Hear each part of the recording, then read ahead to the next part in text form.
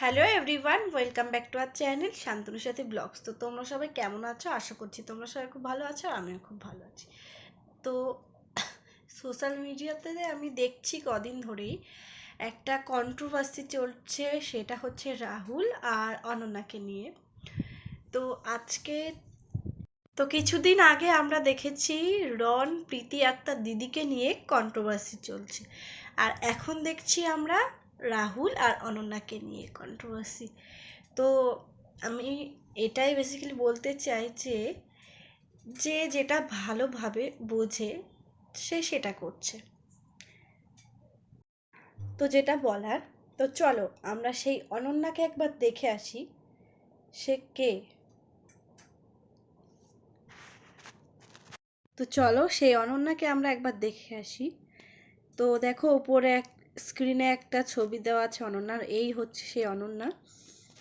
তো একেই নিয়ে আজকে আমরা কিছু কথা বলবো।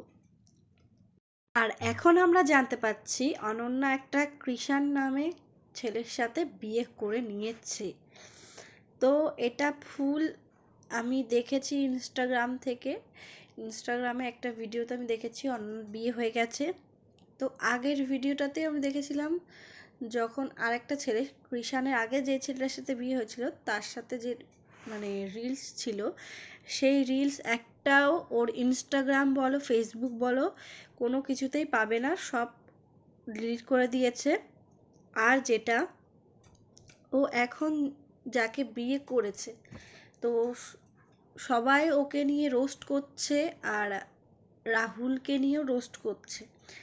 তো আমি এটাই বলতে চাই যে সব ঠিক আছে।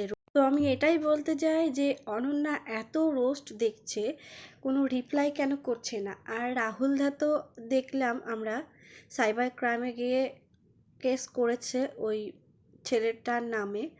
তো রাহুল দা কেন কেসটা করেছে?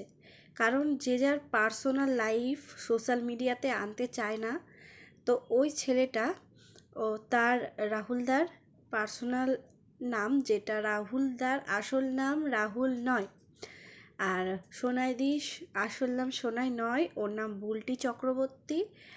আর তো তো সেই যেহেতু আমরা এতদিন ধরে রাহুলদার ভিডিও ফলো করি, তো রাহুলদা তার নিজের নাম রিভিল করে না, আর সে তার ব্যক্তিগত ব্যাপার সে রিভিল করে না। তো সেই ছেলেটা যে রিভিল করে দিয়েছে, তার এটা উচিত হয়নি যে সে তার পার্সোনাল লাইফ নিয়ে যা করে করুক, কিন্তু ও যে রিভিল করে দিয়েছে।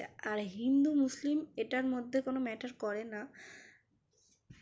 রাহুলদার আসল নাম হচ্ছে মোশারেফ হোসেন। তো সে একজন মুসলিম, সেটা কোনো ব্যাপার না। তো একজন রোস্ট করেছে, সে বারবার এক কথাই বলছে যে মোশারেফ হোসেন। তো তার নামটা বারবার নেওয়ার তো কোনো দরকার পড়ছে না। বাস তুই রোস্ট করছিস, রোস্ট কর, কারণ কারোর পার্সোনাল লাইফ নিয়ে এসে রোস্ট করিস না। তো আজকের মতো ভিডিওটা আমি এখানেই এন্ড করছি। ভালো লাগলে like, comment, share and subscribe করে দিও। টাটা।